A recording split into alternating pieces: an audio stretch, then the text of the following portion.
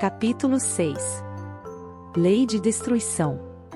Destruição necessária e destruição abusiva. Pergunta número 728. A destruição é uma lei da natureza? É necessário que tudo se destrua para renascer e se regenerar.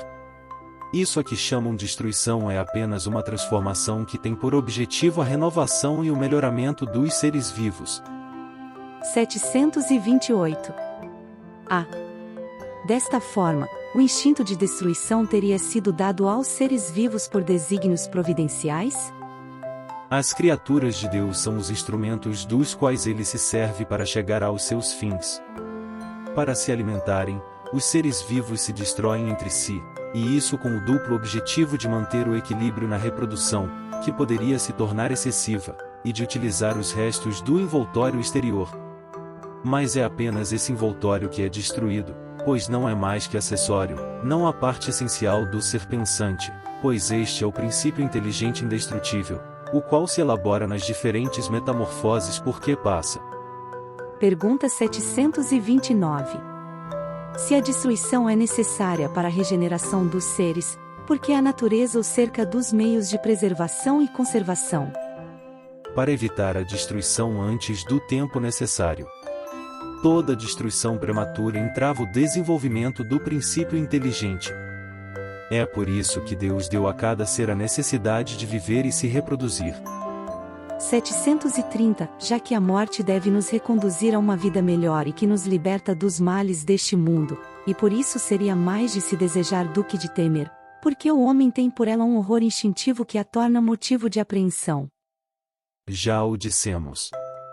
O homem deve procurar prolongar a vida para cumprir a sua tarefa. É por isso que Deus lhe deu o instinto de conservação e esse instinto sustenta em suas provas. Sem isso, a miúde se entregaria ao desânimo.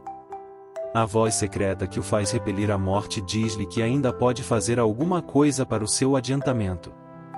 Quando um perigo o ameaça, ela o adverte de que deve tirar proveito do tempo que Deus lhe concede.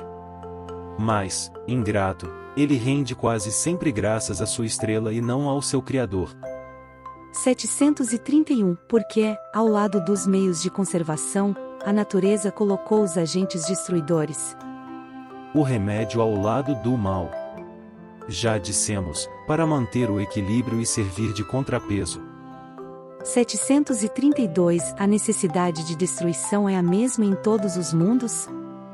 É proporcional ao estado mais ou menos material dos mundos. Contudo, ela cessa com o estado físico e moral mais depurado. Nos mundos mais avançados que o vosso, as condições de existência são bem diferentes. 733. Entre os homens da terra existirá sempre necessidade de destruição? A necessidade de destruição diminui no homem, à medida que o espírito supera a matéria. É por isso que, ao horror da destruição, vê-se o surgimento do desenvolvimento intelectual e moral. 734. No seu estado atual, o homem tem direito ilimitado de destruição sobre os animais? Esse direito é regulado pela necessidade de prover a sua alimentação e a sua segurança. O abuso jamais foi um direito. 735. O que pensar da destruição que ultrapassa os limites das necessidades e da segurança, da caça, por exemplo, quando tem por objetivo apenas o prazer de destruir sem utilidade?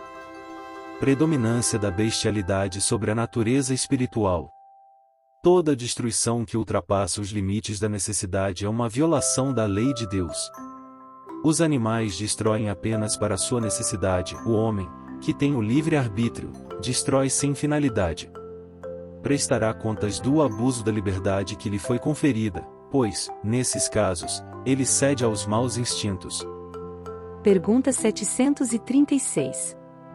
Os povos que levam o escrúpulo relativo à destruição dos animais ao excesso têm mérito especial? É um excesso, num sentimento louvável em si mesmo, mas que se torna abusivo e cujo mérito é neutralizado pelo abuso de outra natureza.